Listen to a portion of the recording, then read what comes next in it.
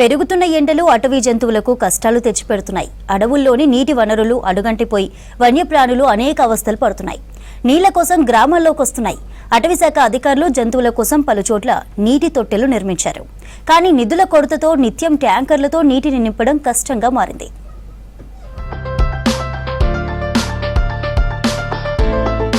ఎండ తీవ్రతకు అడవుల్లో నీటి వనరులు అడుగంటిపోతున్నాయి. ఊట కుంటలు, చెక్ డ్యాంలలో నీరు తగ్గిపోతోంది.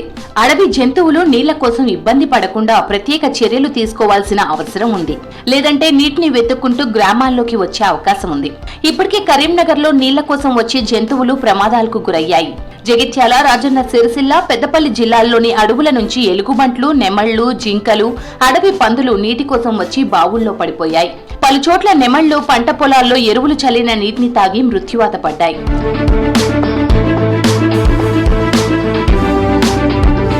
సిరిసిల్ల జిల్లాలో 27,000 హెక్టార్లకు పైగా అటవీ విస్తీర్ణం ఉంది. వీర్నపల్లి, ఎల్లారెడ్డిపేట, రుద్రంగి, చందుర్తి, కోనరావుపేట, గంభీరావుపేట, ముస్తాబాద్ మండలాల్లో ఎక్కువ శాతం అడవులు ఉన్నాయి. జగిత్యాల జిల్లాలోని రాయ్కల్, సారంగాపూర్, కోరుట్ల, మెట్పల్లి, మల్లాపూర్ మండలాల పరిధిలోనూ 1000 ఎకరాల్లో అటవీ ప్రాంతం ఉంది. ఈ అడవుల్లో మనుబోతులు, అడవి పందులు, ఎలుగుబంట్లు, చిరుతలు, నక్కలు, హైనాలు, కోతులు, దుప్పులు, జింకలు వంటి జంతువులెన్నో ఉన్నాయి. సమ్మర్ రావటంతో వీటన్నింటి దాహార్తి తీర్చే బాధ్యత అటవీ శాఖపై పడింది.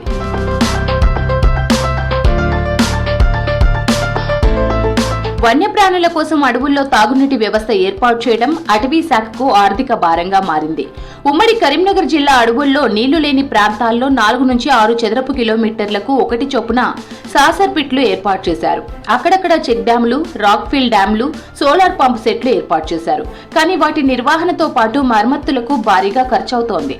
ప్రభుత్వం నుంచి నిధులు రాకపోవడంతో అధికారులు ఇబ్బంది పడుతున్నారు.